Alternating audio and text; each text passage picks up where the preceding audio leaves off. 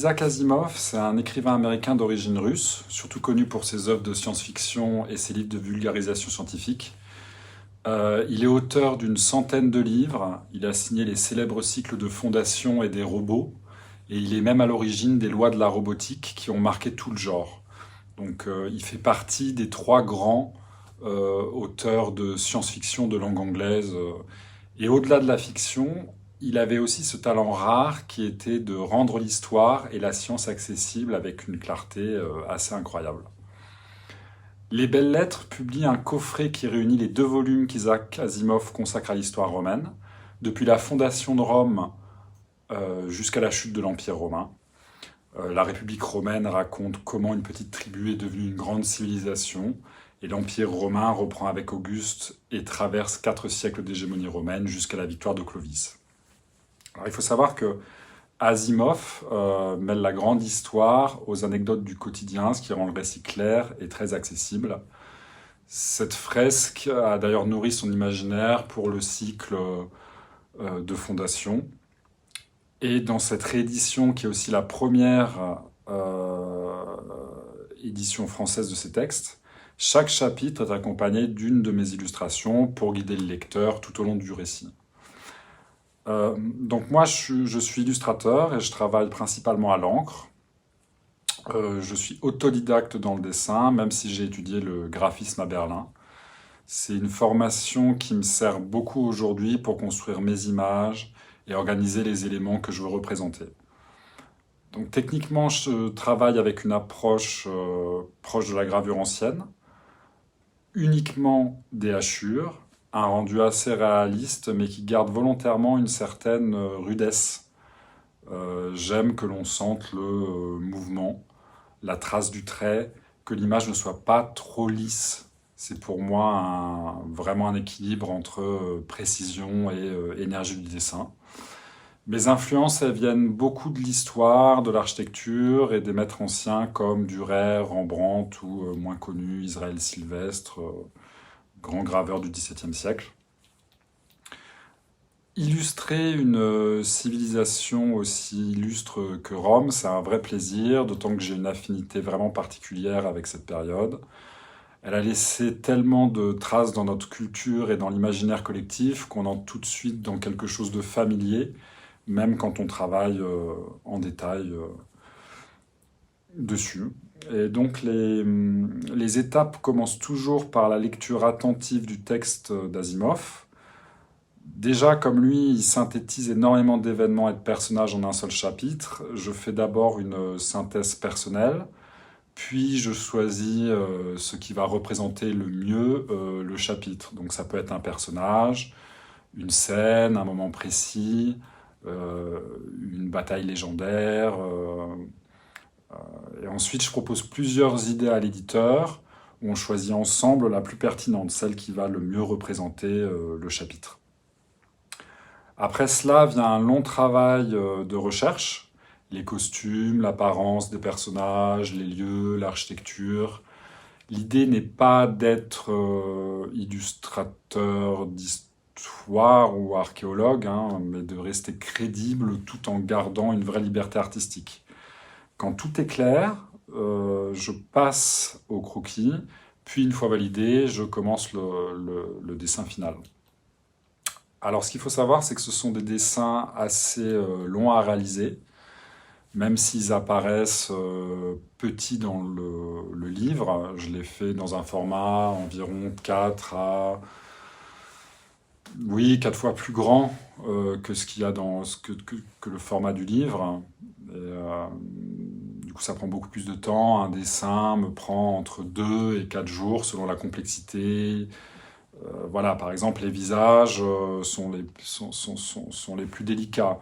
Un trait, par exemple, qui est un peu trop appuyé avec le stylo à encre peut tout changer, aussi bien dans l'expression, mais même ruiner complètement le dessin. Donc il faut être très patient et aussi faire très attention à ses gestes, parce que pas possible de gommer du coup. Donc j'utilise toujours les mêmes stylos à encre. Des fois, ça peut être de la plume pour les fonds plus noirs, mais sinon, j'ai aussi beaucoup de stylos à encre qui sont déjà usés, très usés. Et donc, il y a un débit d'encre qui est très léger et qui se rapprocherait à la limite presque d'un crayon à papier, ce qui permet d'obtenir un trait plus doux, notamment pour les visages, pour réaliser les portraits. Le grand plaisir de ce projet, c'est vraiment de se plonger dans cette civilisation. C'est-à-dire que Asimov, il fait une synthèse chronologique qui part des débuts de Rome jusqu'à la fin de l'Empire, et en l'illustrant, j'ai appris énormément de choses, ou parfois réappris ce que j'avais un peu oublié, ou voilà, à découvrir comme certains événements dans la République romaine, qui est encore assez peu connu, je trouve. Euh, donc chaque chapitre m'a poussé vraiment à explorer des détails, des périodes que je connaissais moins, et ça c'est vraiment quelque chose que j'adore plus globalement, mais même en général dans ce métier, qui est le métier d'illustrateur, c'est que chaque projet est vraiment l'occasion d'apprendre, d'approfondir, et quel, n'importe quel sujet, et c'est vraiment très enrichissant. Alors il y a aussi évidemment des difficultés, la principale c'est d'éviter de tomber complètement à côté aussi sur par exemple les costumes, l'apparence des personnages, certains éléments architecturaux. Ça demande vraiment un long travail de recherche parce que chaque détail compte, hein. Mais bon, je tiens aussi quand même à garder une vraie liberté artistique. J'ai toujours en tête que Asimov est connu principalement pour la science-fiction et j'aime parfois apporter un côté un peu cinématographique à certaines images, à certains dessins. Par exemple, dans l'Empire romain, pour le portrait d'Auguste, je me suis amusé à imaginer un mausolée totalement fictif. Alors le mausolée, il a vraiment existé et il est encore en ruine dans le centre de Rome.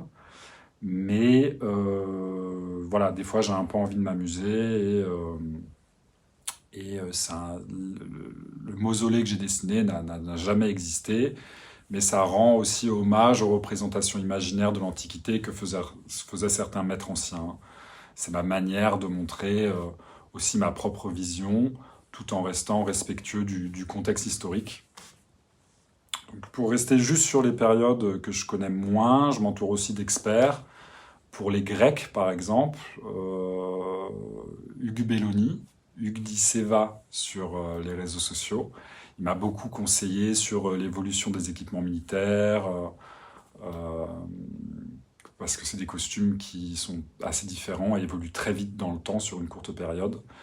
Euh, et pour les Égyptiens que je réalise en ce moment, j'ai été accompagné de Alain Charon, qui est égyptologue et conservateur en chef au musée d'art antique, et qui m'a aussi énormément aidé sur des détails, des objets.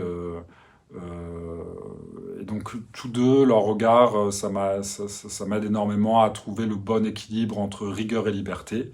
Des fois, je les écoute, des fois moins. Mais voilà, ils m'ont énormément aidé.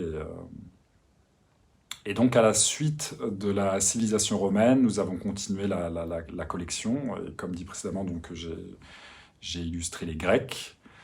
Alors, pour les Grecs, c'était vraiment le projet le plus long. Je crois que je me souviens plus trop, mais c'était 16 ou 18 dessins. C'était le volume clairement le plus important de toute la collection des mondes antiques d'Asimov. Euh, C'était vraiment un vrai marathon, ça, mais d'autant que ce livre sur les Grecs, il couvre vraiment une période immense jusqu'à la création de l'État grec au XIXe siècle après la domination ottomane. Et aujourd'hui, je travaille sur le volume consacré aux Égyptiens. Ce sont vraiment des civilisations que je connaissais beaucoup moins, même les Grecs, et c'est passionnant parce que j'apprends vraiment tout en les illustrant. Donc c'est très agréable, et ce qui est vraiment très agréable, c'est que je reste dans le même univers graphique, donc toujours dans le même style bien évidemment, mais ce qui change complètement, comme on change complètement de civilisation, d'architecture, de costumes, de symboles, graphiquement c'est vraiment extrêmement stimulant.